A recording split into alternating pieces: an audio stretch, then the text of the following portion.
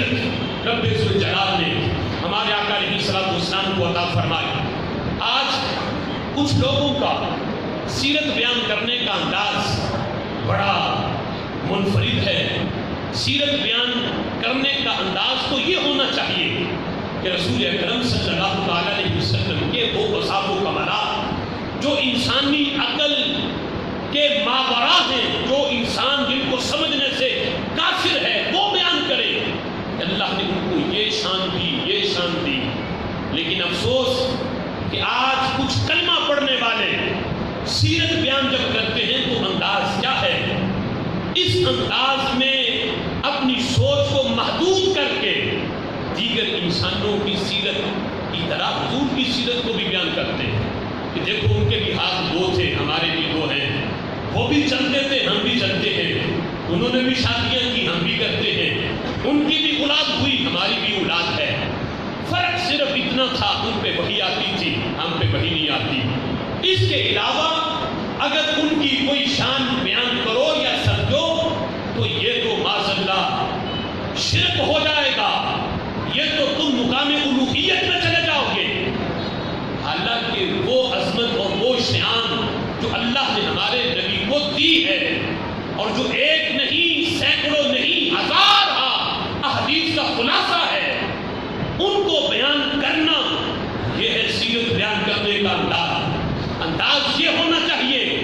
لوگوں ہاتھ دو ہیں، یہ ہاتھ کا ایک انداز یہ ہے جس کو ام المؤمنین بیان کرتی ہیں حضرت عائشہ صدیقہ کہ میرے نبی کا انداز یہ ہوتا کہ آپ اپنے گھر میں اپنے ہاتھوں سے اپنا جوتا بھی سلائی کر لیتے اور اپنے کپڑوں کو پیبند بھی لگا لیتے، یعنی اس انداز میں ہاتھ حرکت کرتے تو اپنے جوتے کو سلائی بھی میرے نبی خود لگاتے۔ آج یہ انداز تو بیان بار بار کیا جاتا ہے، دیکھو سکول کی کتابوں میں بھی ہے کہ نبی اپنے ہاتھوں سے جوتا خود سلائی کرتے، لیکن ان ہاتھوں کا یہ انداز جب بیان کرتے ہو تو دوسرا بھی بیان کرو کہ جو بخاری کی حدیث ہے کہ یہی ہاتھ جب حرکت کرتا ہے، اس ہاتھ کی ایک انگلی میں پاور اتنی ہے جب چاند پہ اٹھے تو چاند کے ٹکڑے کر دیتی ہے، جب ڈوبے سورج پہ پڑے تو یہی انگلی ڈوبے سورج کو واپس بھی لے آتی ہے۔ یہی انگلی حرکت کرے تو کبھی جوتے کو سلائی لگاتی ہے، یہی انگلی حرکت کرے تو غلاموں کے لیے پانی کے چشمے جاری کر دیتی ہے۔ یہ انداز بھی بیان کرو کہ یہی انگلیاں ہیں، جب نبی حکم کرے تو رب کے اذن سے انہی انگلیوں سے پانی کے چشمے جاری ہوتے ہیں۔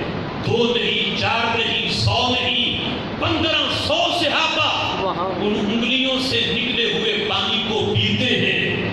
جب رسول اللہ کے سیرت کو اس انداز میں تو بیان کرتے ہو کہ ان کے ہاتھ دو ہیں، ان کی آنکھیں دو ہیں، بازو دو ہیں، ٹانگیں دو ہیں، تو یہ بھی بیان کرو کہ انسانی بدن سے جو چیز نکلے وہ ناپاک ہوتی ہے، لیکن ہمارے نبی کا پیکر نور اگرچہ ظاہری طور پہ انسانوں جیسا ہے، بشری لباسہ اوڑھ کے آئے ہیں، لیکن میرے نبی کا باطن اتنا ستھرا ہے، اس سے جو نکلے وہ طاہر بھی ہے، مطہر بھی ہے، پاک بھی ہے، پاک کرنے والا بھی ہے۔ انسانی بدن سے بخاری کی حدیث ہے میرے نبی کے پیکر سے پانی نکلا ہے، انگلی سے پانی کے چشمے جاری ہوئے ہیں۔ صحابہ کہتے ہیں جو پانی نکلا ہے ہم نے پانی پیا بھی ہے، پانی سے وضو بھی کیا ہے، حالانکہ ہمیں پتہ ہے انسانی بدن سے جو نکلتا ہے وہ خون ہے یا پیپ ہے، دونوں ناپاک ہیں، نہ بندہ اس سے وضو کر سکتا ہے نہ پی سکتا ہے، لیکن صحابہ محبوب کے پیکر سے نکلے ہوئے پانی کو پی کے اس سے وضو کر کے بتا رہے تھے لوگوں پاک بھی ہے، پاک کرنے والا بھی ہے۔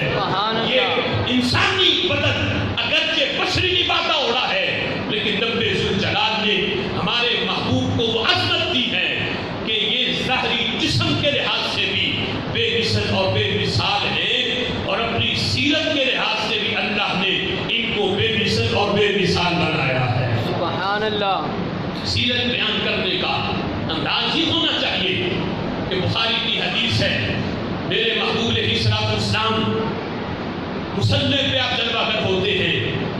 صحابہ کہتے ہیں ہم منظر دیکھ رہے تھے, کبھی محبوب مصلی سے آگے جاتے, کبھی پیچھے آتے. صحابہ کہتے ہیں ہم نے پوچھا محبوب یہ انداز کیا تھا, آپ نماز پڑھانے سے پہلے کبھی مصلی سے آگے جاتے ہو, کبھی پیچھے آتے ہیں, اس میں وجہ کیا ہے؟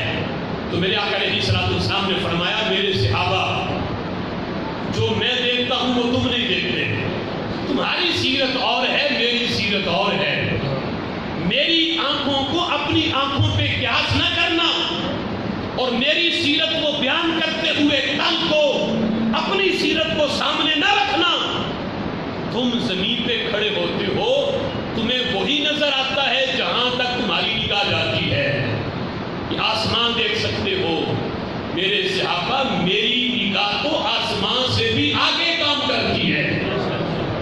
جنت جو ساتوں آسمانوں کے اوپر 3500 سال سے بھی زیادہ کی مسافت درمیان میں موجود ہے. میرے آقا فرماتے جب میں نے مصلی پہ قدم رکھا تو رائیت الجنہ, میں نے جنت کو دیکھا. سبحان اللہ. جنت میرے سامنے تھی, جنت کا میں مشاہدہ کر رہا تھا. وہاں جنت کے ایک درخت پہ انگوروں کا گچھا لٹکا ہوا تھا. دل میں خیال آیا توڑ لوں, پر میں یہ سوچ کے میں آگے بڑھا اور توڑنے کے لیے پھر خیال آیا رہنے دیتا ہوں. جنت کے اوپر ایمان, یہ ایمان بالغیب ہے. اگر پھل توڑ لیا تو جنت کے پھل کے لحاظ سے ایمان بالغیب نہیں رہے گا, اس لیے یہ ایمان بالغیب ہے, چھپا ہے تو چھپا ہی رہنے دوں. یہ سوچ کے میں نے نہیں توڑا. یہ 3 مرتبہ میرے دل میں خیال آیا. میرے آقا نے اگلے جملے بھی بولے, فرمایا میرے صحابہ ولو اصبتہ لاکلتم منہ ما بقیت الدنیا.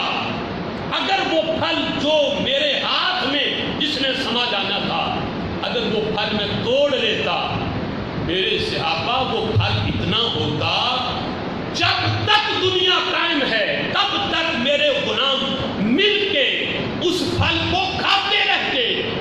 دنیا تو ختم ہو جاتی, وہ پھل کبھی ختم نہ ہوتا. نعرہ تکبیر, نعرہ رسالت, نعرہ تحقیق. پھل کبھی ختم نہ ہوتا. نبی کے ہاتھوں کو ناپنے والے اپنی عقلوں پہ ذرا غور تو کرے اس فرمان پہ. میرے آقا فرماتے میں پھل توڑتا میرے ہاتھ میں سما جاتا, لیکن ہوتا اتنا قیامت تک ساری دنیا مل کے کھاتی. جب تک دنیا قائم ہے لوگ کھاتے رہتے. اور دنیا تو ختم ہو جاتی, قیامت تو آ جاتی, لیکن میرے ہاتھ میں سمایا ہوا پھل کبھی ختم نہ ہوتا. اندازہ کرو جن کے ہاتھ میں وہ پھل سما جائے, ساری دنیا مل کے کھائے ختم نہ ہو, میرے نبی کے ہاتھ میں سما جائے, تو ہاتھ کی سیرت کو بیان پھر اس انداز میں تو نہیں کرنا چاہیے کہ ان کے ہاتھ بھی ہماری طرح کے تھے. یہ کہو ہاتھ 2 ہے, لیکن وسعت اتنی ہے کہ قیامت تک وہ پھل جو ساری دنیا کے کھانے سے ختم نہیں ہوتا, میرے نبی کے ہاتھ کی ہتھیلی میں وہ پھل بھی سما جاتا ہے. سبحان اللہ. یہ ہے انداز سیرت بیان کرنے کا. آج اس انداز میں بھی لوگوں کو متنفر کیا جاتا ہے. لوگ کہتے ہیں دیکھو تم کہتے ہو ہم سلام پڑھتے ہیں نبی سنتے ہیں, تو تم بار بار سلام پڑھ کے انہیں تکلف میں ڈالتے ہو کہ آج اگر تم کسی بندے کو کہو السلام علیکم, وہ کہے وعلیکم السلام, ابھی وہ جواب دے کے فارغ ہو, تم پھر کہہ دو السلام علیکم, وہ پھر جواب دے گا, تم تیسری بار پھر کہہ دو, تو جواب دینے والا اکتا جائے گا کہ کیوں بار بار سلام کہتے ہو اور مجھے جواب دینے کی مشقت میں ڈالتے ہو. تو دیکھو بار بار سلام کہنے سے جب آگے سے جواب بھی دینا پڑے تو جواب دینے والے کو تو مشقت ہوتی ہے. تو تم کہتے ہو ہر روز 313 بار درود و سلام پڑھو, 1000 بار پڑھو, اس سے بھی زیادہ بار پڑھو, تو نبی کو تو بار بار جواب دینا پڑتا ہے, تو تم نبی کو مشقت میں ڈالتے ہو. تو یہاں پر بھی لوگوں نے نبی کی سماعت کو اپنی سماعتوں پہ قیاس کر کے آج اس انداز میں درود و سلام سے روکنے کی کوشش کی جاتی ہے۔ میرے آقا کی ایک حدیث ہے، حضور فرماتے ہیں جب میرا کوئی امتی مجھ پہ درود و سلام پڑھتا ہے میں اس کا سلام اپنے کانوں سے سنتا ہوں، سن کے جواب بھی دیتا ہوں۔ کب تک؟ فرمایا میرا امتی پڑھتا رہے میں سنتا رہتا ہوں، میں نہیں اکتاتا، حتی یفرغ منہا، یہاں تک کہ امتی پڑھ پڑھ کے تھک جائے گا، نبی جواب دیتے نہیں تھکے گا۔ سبحان اللہ، بے شک۔ نبی کی سماعت کو اپنی سماعتوں پہ قیاس نہ کرو، یہ عام بندے کی سماعت ہے اور وہ ہمارے آقا کی سماعت ہے کہ ایک امتی نہیں، ایک وقت میں ہزار امتی درود و سلام پڑھے، میرے نبی ایک وقت میں ہر امتی کے سلام کو سنتے بھی ہیں، سن کے جواب بھی ارشاد فرماتے ہیں۔ نہ وہاں کوئی اکتاہٹ ہے، نہ وہاں کوئی بے چینی ہے، نہ وہاں کوئی تکلف ہے۔ اللہ نے قوت سماعت ایسی دی ہے، ایک ہی وقت میں ہزاروں امتیوں کے سلام کو سن بھی سکتے ہیں، جواب بھی دے سکتے ہیں، اور ان امتی کی فریاد سن کے امتی کی فریاد کو حل بھی فرما سکتے ہیں۔ یہ ہے ہمارے آقا علیہ الصلوۃ والسلام کی بے مثل اور بے مثال سیرت۔